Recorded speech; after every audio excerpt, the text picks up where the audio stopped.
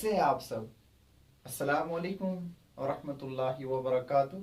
Welcome back to my channel. तो dear students, last class में हमने डिस्कस करा था moving charges and magnetism chapter में Biot Savart law, magnetic field due to a straight wire. ठीक है, तो आज की क्लास में हम करने जा रहे हैं discuss similarities and dissimilarities between electric and magnetic field। यानी कि मैग्नेटिक फील्ड और इलेक्ट्रिक फील्ड के बिटवीन कौन सी सिमिलरिटीज है और डिससिमिलरिटीज है, ये आज की क्लास में हम डिस्कस करने वाले हैं। ठीक है, सबसे पहले एक सिमिलरिटी की बात करेंगे। यहाँ पे जो पहली सिमिलरिटी होती है वो होती है both are long range and follow square law of distance.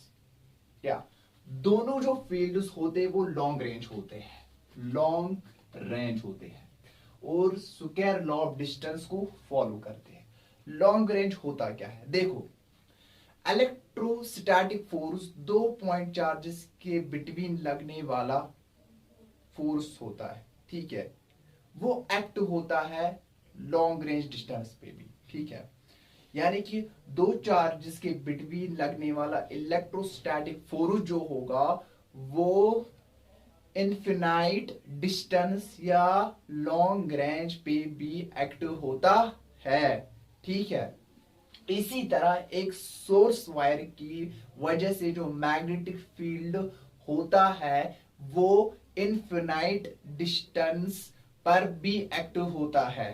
Distance infinite distance पे भी एक्ट होता है या लॉन्ग रेंज पे भी एक्ट होता है। ठीक है, लॉन्ग रेंज पे भी एक्ट होता है मैग्नेटिक फील्ड एक सोर्स के।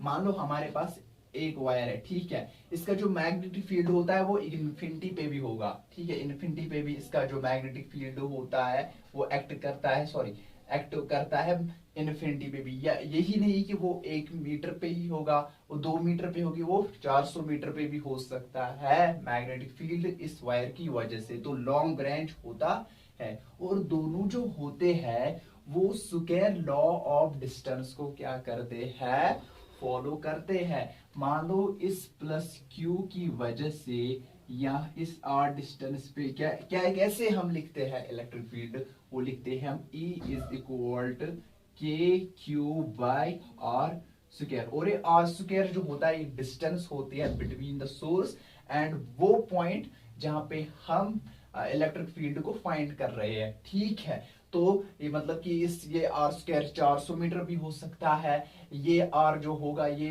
500 मीटर भी हो सकता है, 3 मीटर भी हो सकता है। ठीक है, और जितना जितना हम आर बढ़ाते जाएंगे उतना इस ई यानी कि इलेक्ट्रिक फील्ड का जो मैग्नीट्यूड है वो कम होता जाएगा और इसी तरह से जो हमारा मैग्नेटिक फील्ड है उसका भी मैग्नीट्यूड कम होता जाएगा। ठीक है, ये पॉइंट नंबर 1 है जो हमने यहाँ पे डिस्कस करा। अब पॉइंट नंबर 2 की बात करते हैं। पॉइंट नंबर 2 हमारा क्या है यहाँ पे, क्या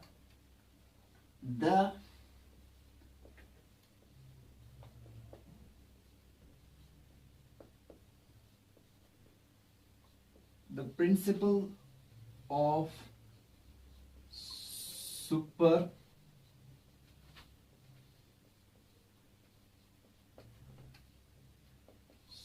superposition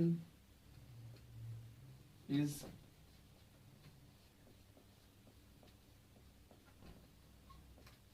applied for both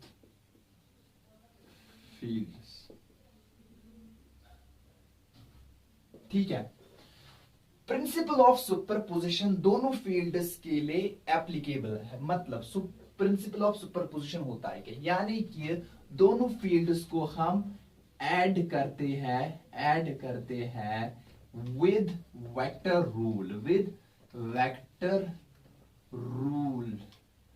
vector rule से हम दोनों फील्ड्स को क्या करते हैं, ऐड करते हैं। मान लो हमारे पास दो मैग्नेटिक फील्ड्स, एक ये हमारा मैग्नेटिक फील्ड है और दूसरा हमारा मैग्नेटिक फील्ड ये है, एक ये है और दूसरा ये है। ठीक है, मतलब एक मैग्नेटिक फील्ड हमारा ये रहा और दूसरा मैग्नेटिक फील्ड हमारा ये है, ठीक है। हमारे पास दो मैग्नेटिक फील्ड, एक हमारा ये है और एक, क्या हम टू भी लिखेंगे? नहीं नहीं, टू भी नहीं लिखेंगे, तो हम दोनों फील्ड्स को वेक्टर रूल के हिसाब से ऐड करेंगे। 90 डिग्री पे हमें जब दोनों को वेक्टर रूल से ऐड करेंगे तो रूट टू बी आएगा, ठीक है, रूट टू बी आएगा, नॉट कि टू बी आएगा।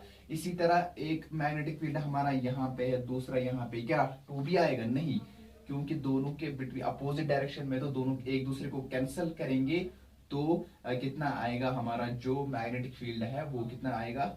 0 आएगा, ठीक है। तो हम इसको वेक्टर रूल से ऐड करते हैं, चाहे मैग्नेटिक फील्ड हो या इलेक्ट्रिक फील्ड हो, है दोनों फील्ड्स को हम वेक्टर रूल से ऐड करते हैं, ठीक है। ये बात आपको समझ आई? आई होप ये भी आपको समझ आया होगा, ठीक है। पॉइंट नंबर 2, ठीक है, रूट टू बी। तो अगर आप बोलोगी तो इसको हम ऐसे कर सकते हैं, b square plus b square, ये कितना आएगा? 2b स्क्वायर, स्क्वायर से ये कितना, ये आएगा रूट टू बी, ठीक है। अगर ये होता है असल में फिर क्या होता है? कॉस,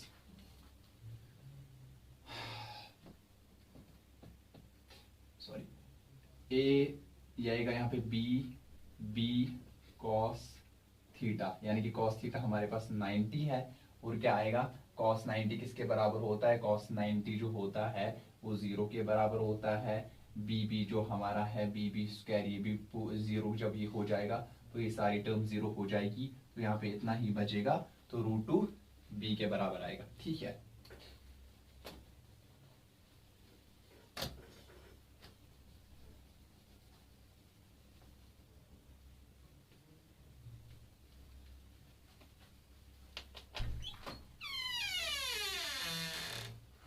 तो अब पॉइंट नंबर 3 को हम डिस्कस करेंगे यहाँ पे। पॉइंट नंबर 3 क्या है हमारे पास यहाँ पे? द मैग्नेटिक फील्ड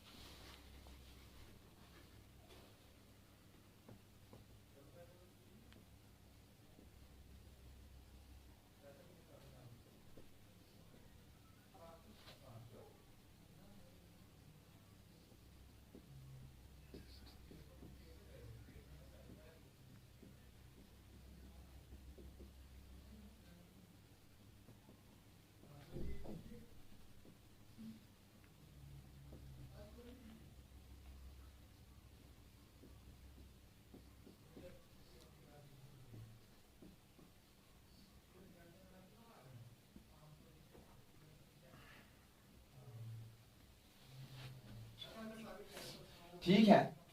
तो यहाँ पे इंपॉर्टेंट पॉइंट है, ये जो मैंने लिखा यहाँ पे, ये इंपॉर्टेंट पॉइंट है, ठीक है। The magnetic field is linear inside the source IDL just the electric field is linear inside its source charge. देखो इस पॉइंट को कैसे समझेंगे, ठीक है। आपको पता ही है कि एक जो सॉलिड स्फीयर, यहाँ पे मैं दिखाता हूं आपको, एक जो सॉलिड स्फीयर होता है उसके इनसाइड इलेक्ट्रिक फील्ड कितना होता है? उसके इनसाइड जो होता है इलेक्ट्रिक फील्ड कितना होता है? K q r by r q k, ठीक है। और जो आर होता है ये सेंटर से डिस्टेंस होती है इसकी, ठीक है। ये आर जो होती है ये सॉलिड स्फीयर के सेंटर से डिस्टेंस होती है। तो क्या होता है देखो, जिसकी वजह से हमें इलेक्ट्रिक फील्ड निकालना होगा। अगर हम उसी के अंदर इलेक्ट्रिक फील्ड देखेंगे तो इलेक्ट्रिक फील्ड जो आएगा वो डायरेक्टली प्रोपोर्शनल आएगा आर के, यानी कि डिस्टेंस के, जो उसके सेंटर से होगी, ठीक है। और यही यहाँ पे बताया जा रहा है कि तो मैग्नेटिक फील्ड जो होता है वो लीनियर होता है, यानी कि directly proportional to distance r होता है inside the source ideal. Magnetic field का सोर्स कौन होता है? वो होता है करंट एलिमेंट, तो उसी की जिक्र यहाँ पे है, ठीक है। As just the electric field is linear inside its source charge, जिस तरह इलेक्ट्रिक फील्ड जो होता है वो क्या होता है, यही पे जो मैंने यहाँ पे दिखाया आपको, इलेक्ट्रिक फील्ड जो होता है वो डायरेक्टली प्रोपोर्शनल होता है डिस्टेंस आर के अपने सोर्स के अंदर। बहुत ही अच्छा पॉइंट है यहाँ पे, ठीक है, बहुत ही अच्छा यहाँ पे पॉइंट है, ये एक इंपॉर्टेंट पॉइंट है, ठीक है। डायरेक्टली प्रोपोर्शनल होता है। अब आप बोलोगे कि हमने पढ़ा है कि सुफेयर के अंदर तो चार्ज होता ही नहीं है, सुफेयर के अंदर इलेक्ट्रिक फील्ड होता ही नहीं है, तो वो हम बात करते हैं कंडक्टिंग सुफेयर की। तो कंडक्टिंग सुफेयर की सरफेस पे चार्ज होता है, नॉट की इनसाइड। यहाँ पे हम किसकी बात कर रहे हैं? सॉलिड सुफेयर की, तो इसके अंदर इलेक्ट्रिक फील्ड होगा, ठीक है। तो ये पॉइंट नंबर 3 है। अब बोर्ड को रब करते हैं और पॉइंट नंबर 4 को डिस्कस करेंगे यहाँ पे, ठीक है। पॉइंट नंबर 4 को क्या करेंगे यहाँ पे? डिस्कस करेंगे, ऊपर का भी रब करेंगे, ठीक है।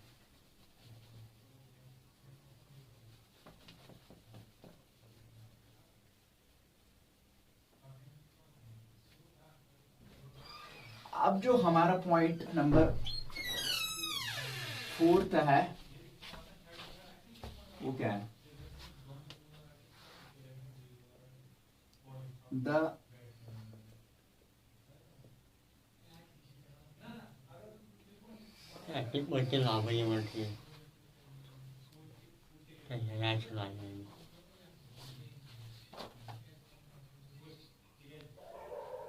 तो डियर स्टूडेंट्स, अब हम पॉइंट नंबर 4 को यहां पे डिस्कस करेंगे, ठीक है। वो क्या है? The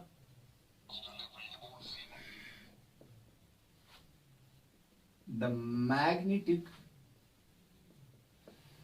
field is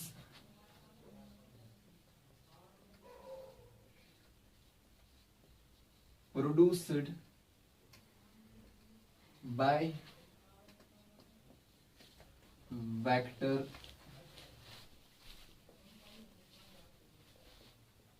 source IDL and the electric field is produced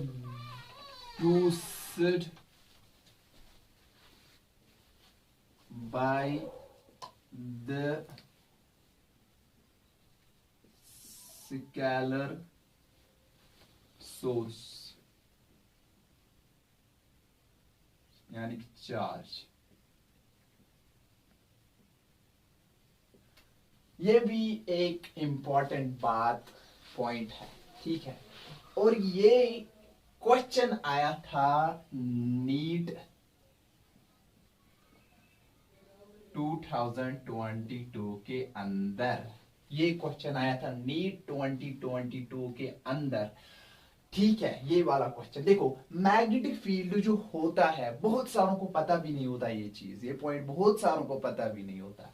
magnetic field जो होता है वो जन्म कहां से लेता है? वो एक वेक्टर सोर्स से जन्म लेता है, यानी कि आइडियल करंट एलिमेंट से। मैंने बोला आपको पहले लेक्चर में कि करंट एलिमेंट जो होता है वो बिहेव करता है एज ए वेक्टर, इसकी जो डायरेक्शन होती है वो करंट के अलोंग होती है। तो ये जो होता है वेक्टर सोर्स यानी कि आइडियली किसको जन्म देता है, इसको प्रोड्यूस करता है, ये मैग्नेटिक फील्ड को प्रोड्यूस करता है। और इलेक्ट्रिक फील्ड को प्रोड्यूस करता है, वो चार्ज करता है, जो कि एक स्केलर सोर्स है।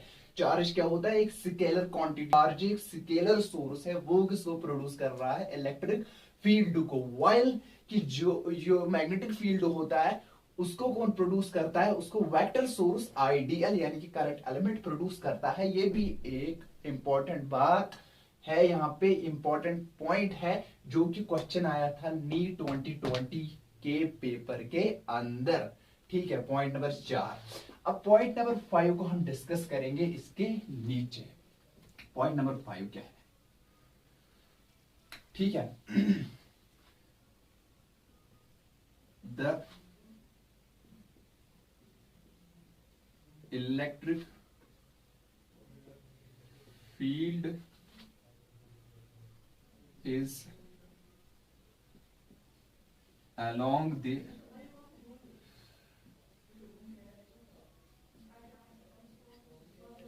position vector joining the source and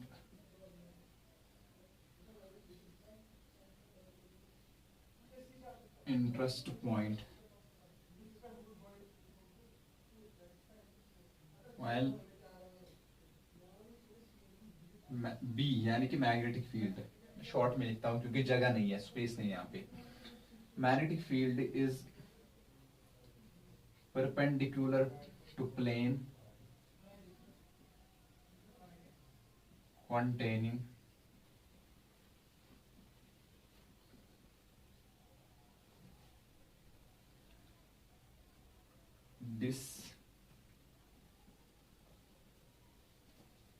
displacement vector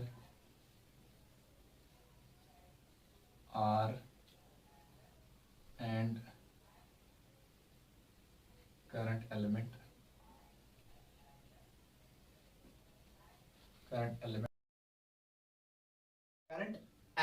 ideal. ठीक है, तो देखो अब हम इस चीज को डिफाइन करते हैं, इस पॉइंट को अच्छी तरह से। इलेक्ट्रिक फील्ड देखो, जो इस प्लस क्यू की वजह से आर डिस्टेंस पे यहां पे जो इलेक्ट्रिक फील्ड होगा, प्लस क्यू की वजह से आर डिस्टेंस पे जो यहाँ पे इलेक्ट्रिक फील्ड होगा वो किधर होगा, वो इसी आर के अलोंग होगा, यानी कि वो इसी के अलोंग होगा, वो इसी के अलोंग होगा, आर के अलोंग होगा। अगर यहाँ पे देखेंगे, यहाँ पे आर है, तो यहाँ पे किसके, इसी पोजीशन वेक्टर के अलोंग होगा इलेक्ट्रिक फील्ड हमारा। ठीक है, ठीक है, बट अलोंग द लाइन होगा, अलोंग द लाइन होगा। ठीक है, along the line position vector joining the source, जो इस सोर्स और उस पॉइंट पे जहां पे हमें इलेक्ट्रिक फील्ड फाइंड करना है, जो उन दोनों को मिलाएगा पोजीशन वेक्टर, उसी के अलोंग होगा इलेक्ट्रिक फील्ड हमारा। ठीक है, इसी तरह देखो अब जो मैग्नेटिक फील्ड है, देखो मैग्नेटिक, मैंने आपको बोला ये एक वायर है हमारे पास, इसमें से आई करंट ऊपर की डायरेक्शन में क्या कर रहा, फ्लो कर रहा है, और हमें आर डिस्टेंस पे क्या निकालना है, यहाँ पे हमने मैग्नेटिक फील्ड निकाला। ठीक है, आपने हमने एक छोटा सा आइडियल लिया, और आर और आइडियल के बिटवीन जो एंगल था वो थीटा। ठीक है, और देखो ये जो हाँ, ये जो मैग्नेटिक फील्ड होता है ये परपेंडिकुलर होता है, किसके परपेंडिकुलर, आर और आइडियल के परपेंडिकुलर होता है, यानी कि आर और आइडियल जिस प्लेन में है उसके परपेंडिकुलर होता है हमारे मैग्नेटिक फील्ड होता है। हमारा मैग्नेटिक फील्ड किसके परपेंडिकुलर होता है, प्लेन के परपेंडिकुलर। किस प्लेन के परपेंडिकुलर, जिस प्लेन में लाई करते होंगे आइडियल और बी, यानी कि सॉरी आर और आइडियल के परपेंडिकुलर होगा हमारा मैग्नेटिक फील्ड। बात समझ आई? ठीक है, ये पॉइंट नंबर 5 है। ठीक है, ये थीटा है आइडियल बी के बिटवीन का एंगल, और इसी बीच इसी प्लेन में इसकी डायरेक्शन होगी किसकी, मैग्नेटिक फील्ड की। ओके, तो अब पॉइंट नंबर 5 को, हाँ सॉरी 6 को हम डिस्कस करेंगे। ठीक है,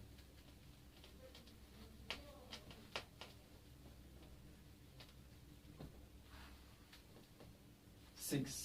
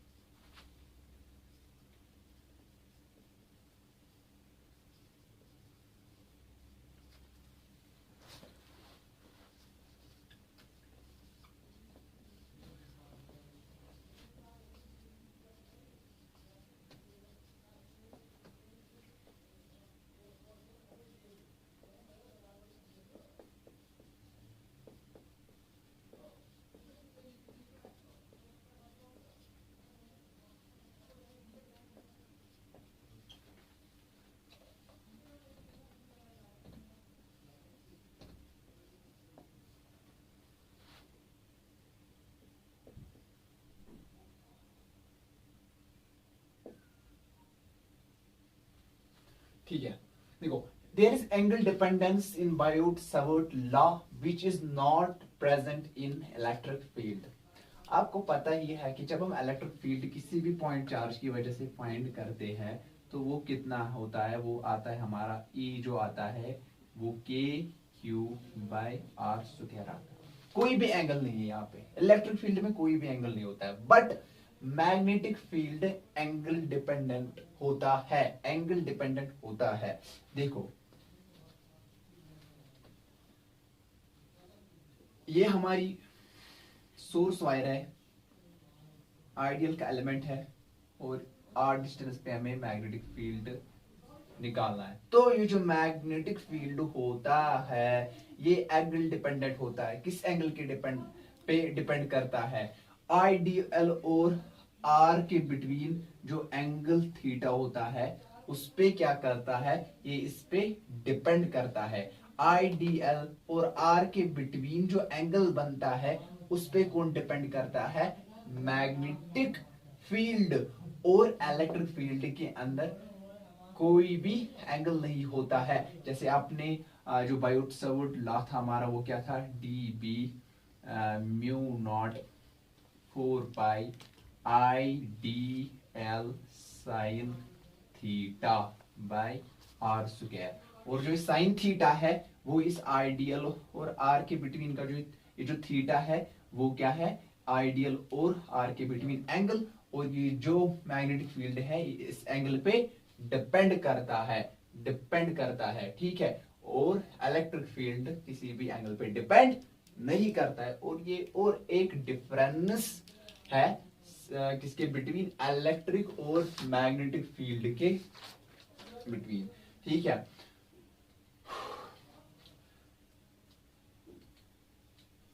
और जो मैग्नेटिक फील्ड होता है जो जिस पॉइंट पे हमें निकालना होता है अगर उसी के अलोंग हमें मैग्नेटिक फील्ड को फाइंड करना हो तो वो कितना होता है, जीरो होता है। वो कितना होता है, जीरो होता है। फॉर एग्जाम्पल यहाँ पे एक हमारी वायर है, यहाँ पे ये हमारी एक वायर है, तो यहाँ पे हमें यहाँ पे इलेक्ट्रिक फील्ड निकालना है, यहाँ पे हमें इलेक्ट्रिक फील्ड निकालना है। तो यहाँ पे जो इलेक्ट्रिक फील्ड आएगा यहाँ से वो आएगा जीरो आएगा, जो इस पॉइंट के